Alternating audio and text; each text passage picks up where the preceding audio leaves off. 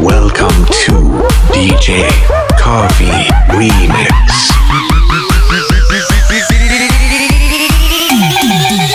Hầu lưng chia mua, chỉ mua lấy từ yêu sông cao chưa có.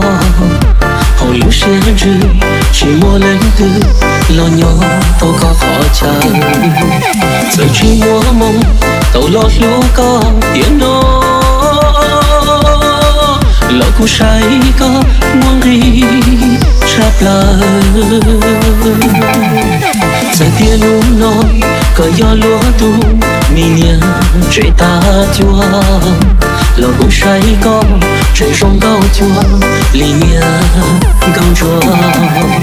Giờ tôi tiền luôn một trái tiền cao lỡ lô.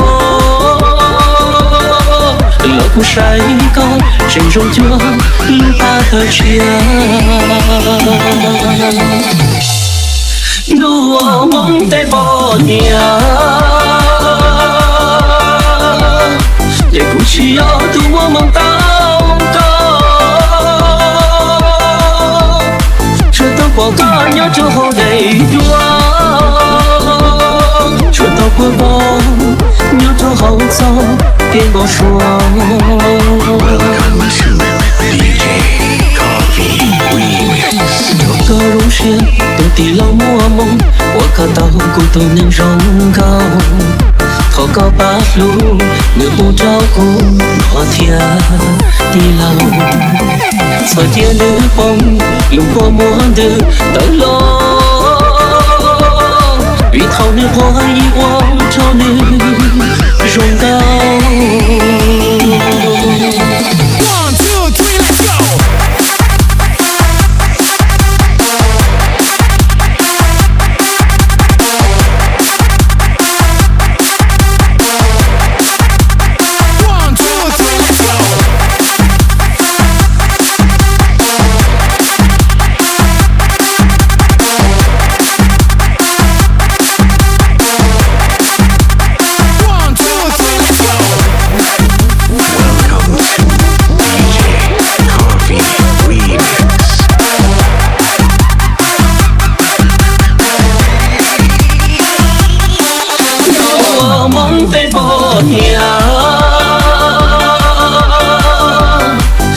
Chỉ lo tu mua mong tao có.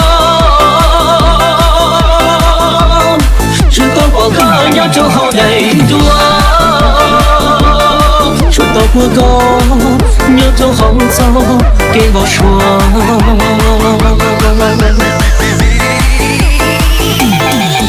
Cho cơ rong xuyên tôi tì lâu mua mong qua cả tàu của tôi nên rong cao. Thọ cao bát lũ người bố trao cùng họ thia đi lâu. Sợ chia nữ bông lúc có muốn được tới lo.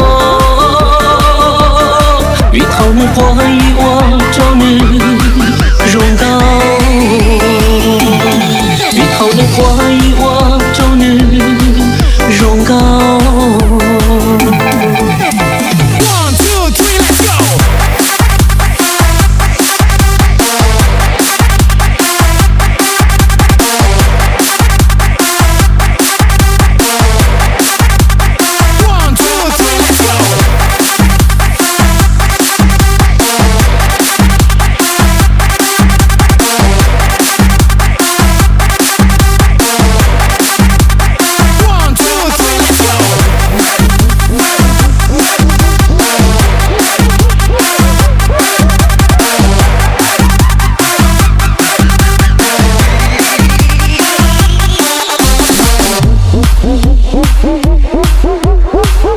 Welcome to DJ Coffee Remix.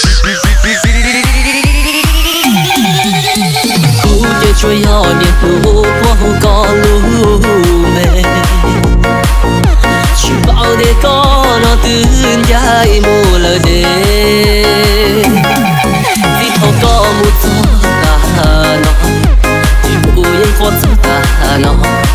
Chỉ muốn thu nó chỉ tìm cho gió.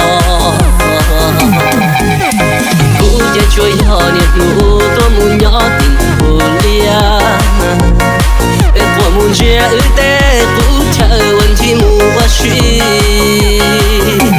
sẽ trong lu chỉ tờ tu cô bùa chế tư yếu trong lu lu lu bằng khó lo chừng nhau quá đi lệ em chơi con nữ mù lời cha con tu chơi có từ chỉ nhỏ từ nên đi